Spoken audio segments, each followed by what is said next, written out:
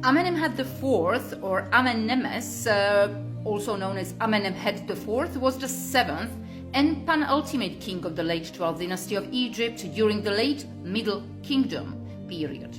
He arguably ruled around 1786 to 1777 BC for about 9 regnal years. Some authors, some Egyptologists, they say from 1822 to 1812 BC or 1815, 1806 BC. There are many other dates.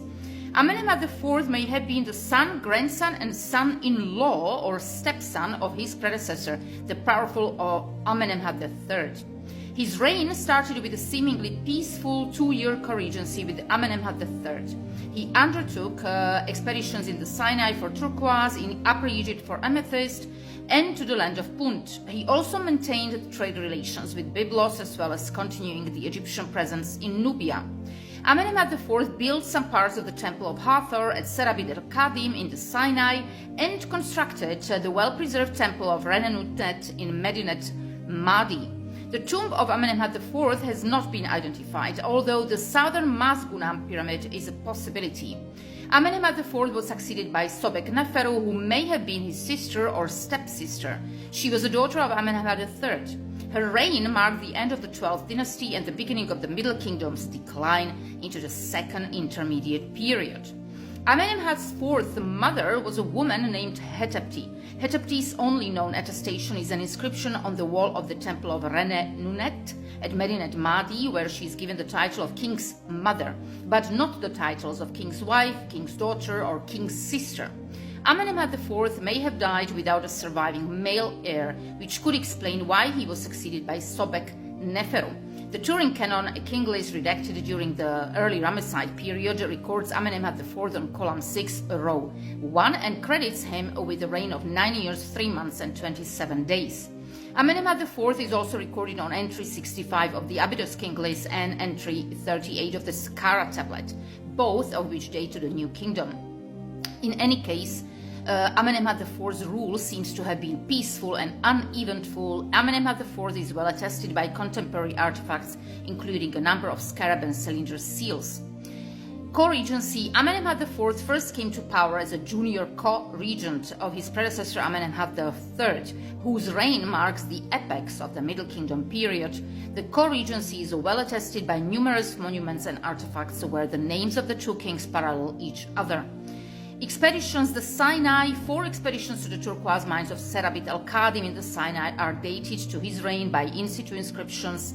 In year 2 of Amenemhat IV, an expedition was sent to mine amethyst in the Wadi al-Hudi in southern Egypt. During his reign, important trade relations must have existed with the city of Byblos on the coast of modern-day Lebanon, where an obsidian and gold chest as well as a jar lid bearing Amenemhat IV's name have been found. A gold plaque showing Amenemhat IV offering to a deity may also originate there. Mersa Gavavisis in 2010, a report on continuing excavations at Wadi Gavasis on the Red Sea coast, notes the finding of 2 wooden chests and an ostracan inscribed with a heretic text mentioning an expedition to the fabled land of Punt. Nilometer. In Nubia, 3 Nilometer records are known from Kumna that are explicitly dated to regnal years 5, 6, and 7, showing that Egyptian presence in the region was maintained during his lifetime. Amenemhat IV completed the temple of Renenutet and Sobek at Medinet Madi that had been started by Amenemhat III. It is the only intact temple still existing from the Middle Kingdom, according to Zahi Hawass, former Secretary General of Egypt's Supreme Council of Antiquities. Amenemhat IV is responsible for the completion of a shrine at the Temple of Hathor in the Sinai and may also have undertaken works in Karnak, where a pedestal for a sacred bark inscribed with the names of Amenemhat III and Amenemhat IV was found in 1924. The tomb of Amenemhat IV has not been identified. It is likely to be his pyramid near those of his predecessors. Some pyramid remains have been connected to Amenemhat IV. He often is associated with the ruined southern Masguna pyramid, and no inscriptions have been found within the pyramid to determine the identity of its owner.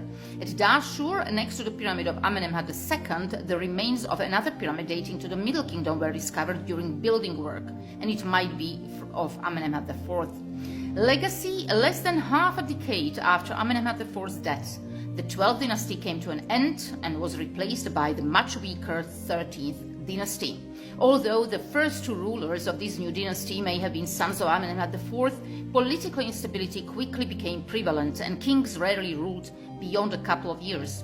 The influx of Asiatic immigrants in the Nile Delta that had started during the reigns of Amenemhat IV's predecessor accelerated under his own reign, becoming completely unchecked. Under the 13th dynasty, the Asiatic population of the Delta founded an independent kingdom ruled by kings of Canaanite descent, forming the 14th dynasty that reigned from Avaris. Approximately 80 years after the reign of Amenemhat IV, the administration of the Egyptian state seems to have completely collapsed, marking the start of the second intermediate period.